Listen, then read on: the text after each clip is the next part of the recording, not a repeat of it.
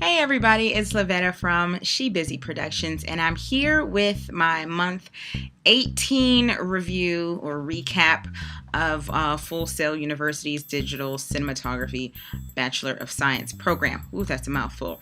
My month 18 class was electronic field production. I had a very good teacher. We didn't have too many, or I might want to say any, go-to meetings for this class, which was kind of a bummer for me because by now, if you've been watching my videos or if you are subscribed, which I hope you are, you know that I am a fan of the online lecture. I like to sit there and talk to my teacher and ask questions and kind of bounce things off of the other people in my class, and we didn't have one for this class. My professor's name was Fahad Vania, I believe. He was really good. I would say he was very fair in the way he graded assignments.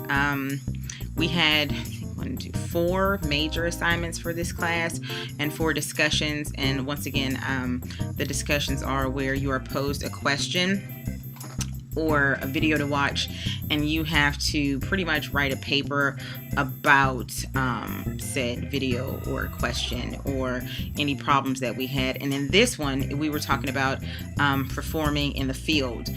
So what I decided to do, you got to pick whatever project you wanted to do, and I wanted to redo the Defining TT trailer, which I've already posted, and I'll post a link to it again in this video. And I wanted to kind of brush it up from the one that I shot a couple of years ago, or maybe it was last year even, I think. I wanted to brush that one up and kind of polish it, make it look a little better, and really give you the tone of the film. For one of the assignments, I'll tell you, hold on, I'm looking. One of the assignments that we had to do for this class was, this was our week 3 activity.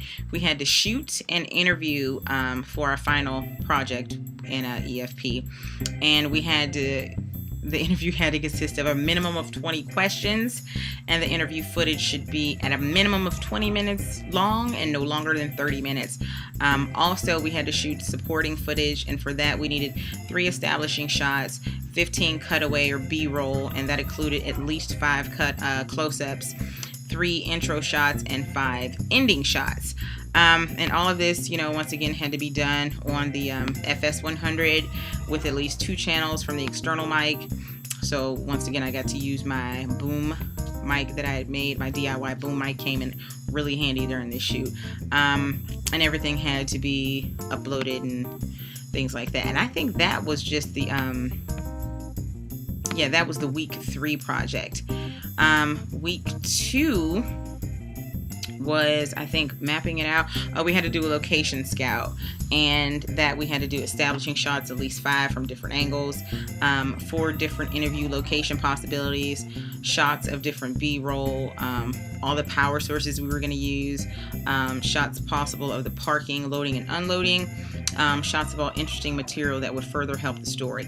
That came in really handy because you kind of got to plan things out way ahead of time before you kind of went out and did it. The 4th activity, week 4 activity, was sweet Jesus in the morning. We had to, mind you, we had to do the video, the interview that was 20 questions, no shorter than 20 minutes, no longer than 30. And what you had to do was, for the week 4 activity, was transcribe the interview, do a paper edit, and then do upload like your releases. When he meant transcribe the interview, he meant write down the question you asked and every single word that they responded. And as much as I love Tian Reed, yay, the mother of Tiandra, my subject for Defining TT, I got about sick and tired of hearing her voice after about 5 minutes because I had to write down every single word she said, and the dad said, and the brother said, and the 3 sisters said. It was a lot of things that I had to write down, but I can see how it was helpful in the making of the project, because you learned from writing down what she said. If she said something about getting her ready for school.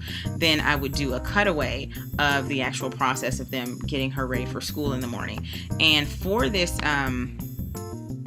project, because we had it and it was due, the week 4 project was just, the paper edit is when you write everything down the way you would want it to go after you've mapped it out and plotted it out on your video. You know how you get the time code, whatever sentence or whatever you want to use, you had to write down the time code for it. And if you were going to use that as a voiceover, you took time code from voiceover to the time code from the B-roll that you were going to put together and kind of match it up.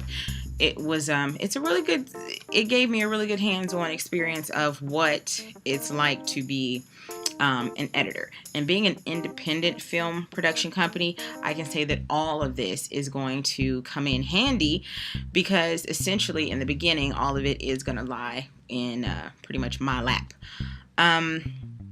So what happened was I set up a shooting schedule to shoot with the family, and I went over there on a Saturday and I stayed literally all day with them, and then brought the mom back here so she could do some interviewing in front of the screen behind me, because I didn't want to unpack all of that. I did take my lights, and if you follow on Instagram, I think you may have seen a couple of pictures, but I took lights and camera and battery and boom and all that kind of stuff over, and her oldest son DJ was helpful enough to be my boom operator for the day. Very nice young man, and he helps me, and he's much younger, but he just happens to be really tall, so he was at the right height for holding a boom, and it was good. So I had a great time that day with the family, and that was a Saturday. And then that Monday morning, I actually got to the house at about 6 a.m. to film was it 6?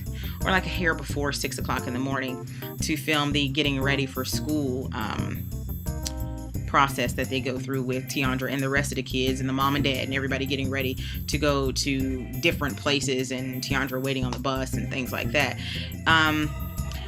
And I can say that, and let me see, what else did I do?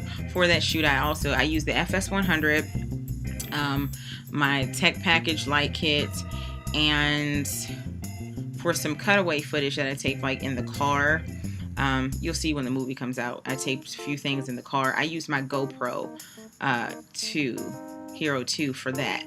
So, mounted it with, did I use suction cup that day? No, I mounted it inside the car because I have one little bracket mounted on my dashboard already.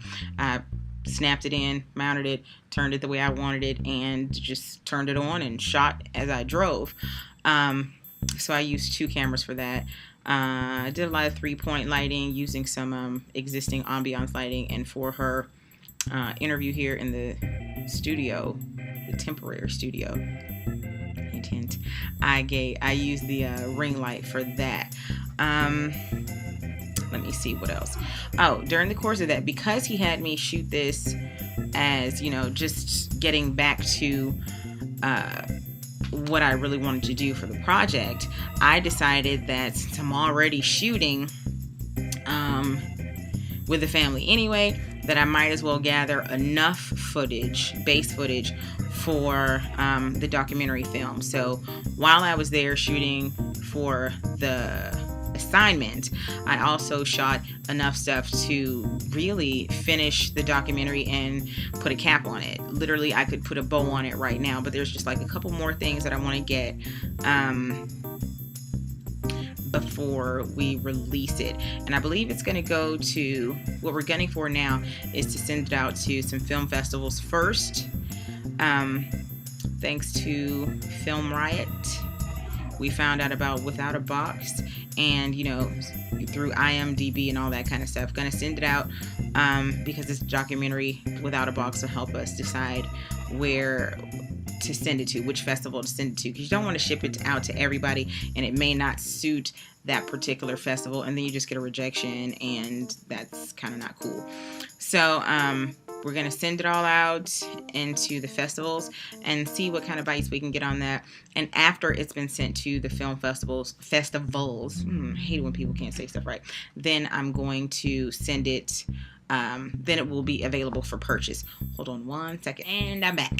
After we send it to film festivals, like I said, I'm going to have it available on the actual website for She Busy Productions and the brand new website for Defining TT, the documentary. The link for that will be down in the description box as well. What else can I tell you? EFP was a pretty easy class. I pulled a couple of 90s, 95, 90 something or other. And I think that was because I was like 4 hours late posting a paper. But I had been filming an engagement like this whole week, and the initial post was due on a Wednesday, and I totally forgot because that day I had been driving home from my daughter. She had a doctor's appointment, and it was over at 5. I had to be at the venue at like 5:30, and I was going home just drop her off, and my car died. Like, the alternator went, and it was like barely struggling, and the minute I pulled into my driveway, it like completely died. And then I had to call a ride to take me to the venue, pack up all my stuff, take it out of my car, put it in somebody else's car, go all the way over there.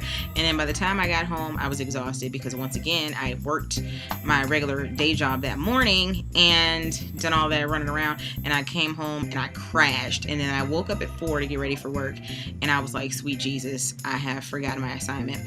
So I logged in, did the paper, but of course it was a minus 10 points because they do take off 10 points per day that your stuff is late. And even though it was only 4 hours, it was still late. So that's what got me a 90 on that one thing. But I finished the class with an A+, and in case you're wondering, I will post it here. Okay, so yeah, I had an A+ in the class, and that's how that one wrapped up.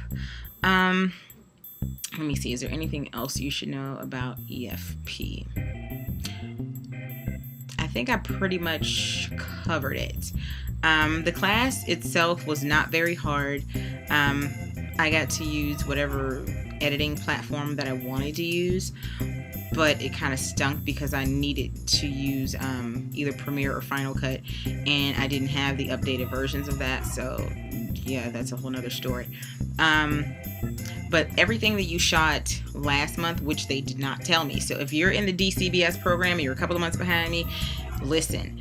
Everything that I shot in EFP, I needed to keep the footage on my SD card for this month's class. And I did not do that because I was using my card for other stuff. So I took all the footage that I shot and dumped it into my bin.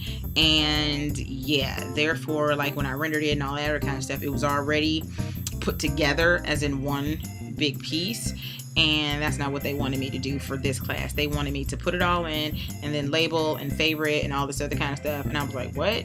Okay, so it's already put in there. So yeah, if you're in this program, you're a couple of months behind me and you're coming up on EFP or you're in EFP, keep your footage on your SD card because you're going to need it when you get to EVE, which is editing and visual effects. So when you keep it in there for EFP till you get in EVE, because you're going to need it in there, you're going to need the time coded information and all that kind of stuff, and you're going to need to know how to import it. And not only are you going to need to know how to do it, they want a screen flow showing you doing it. So it's not like you be like, oh yeah, I did it. No. They want you to get a screen flow and show that you did it while you're doing it, because they want to make sure you're not, goofing off and saying you did something and you really didn't. So that's a word to the wise. If you haven't seen it yet, catch the FAQ questions. The FAQ video that I posted last night. So literally not even 24 hours ago. Check that one out. And I'm going to be editing the tutorial video and putting that up soon, probably later on this week. I've got a project due for EVE tomorrow, which is going to take some time. So, and I've already started it, so don't get on me about take your own advice and do things early. So yeah, I've already started that, but I have some final touches that I have to do for the project that is due tomorrow. So yeah, if you have any questions, don't forget to inbox me. Go and like the Facebook fan page. Check out Defining TT, the website, the trailer, our Indiegogo page, and anything else. If you think of anything else that I forgot to mention, or that you would like to see here, leave it in the comment box or send me an inbox. Don't forget. All right. Thank you everybody for watching. I'm Lavetta, and this has been a 18-month Full Sail University update with She Busy Productions. Bye. She busy.